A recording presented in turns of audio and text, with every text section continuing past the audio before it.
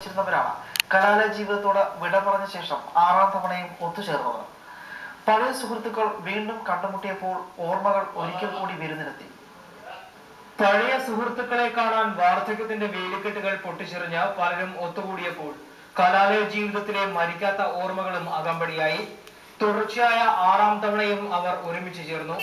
തമാശകൾ പറഞ്ഞും പഴയ കുസൃതികൾ ഓർത്തെടുത്തും വർഷങ്ങളോളം പിന്നിലേക്ക് നടന്നു.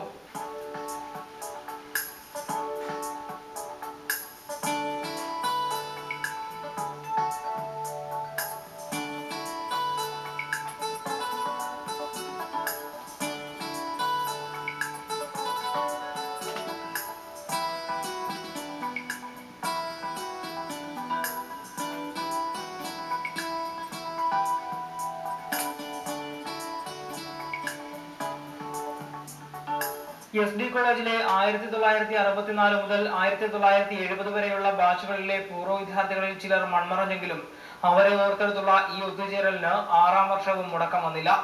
70 വയസ്സുവരെയുള്ളവരും പൂർവ്വ വിദ്യാർത്ഥി സംഗമത്തിന്റെ ഭാഗമായി. 100ഓളം പേരാണ് സംഗമത്തിൽ പങ്കെടുത്തത്. പലരും തങ്ങളുടെ പുതുതലമുറയ്ക്കൊപ്പമാണ് ആലപ്പുഴ ഹോട്ടൽ റോയൽ പാർക്കിൽ സംഘടിപ്പിച്ച സംഗമത്തിനെത്തിയത്.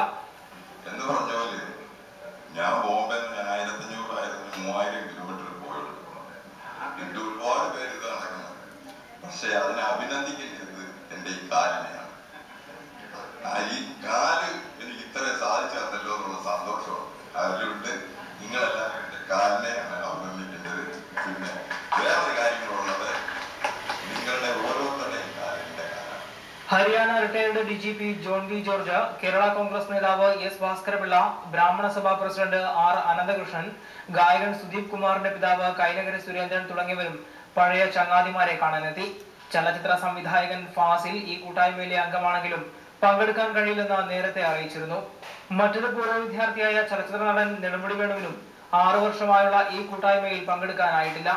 എന്തായാലും വർഷത്തിലൊരിക്കലുള്ള ഈ ഒത്തുചേരൽ വിസ്മരിക്കാനാകാത്ത വിധം ഓരോരുത്തരുടെയും ഓർമ്മ പുസ്തകത്തിൽ ഇടം നേടിക്കഴിഞ്ഞു. ACV news, Alappuzha.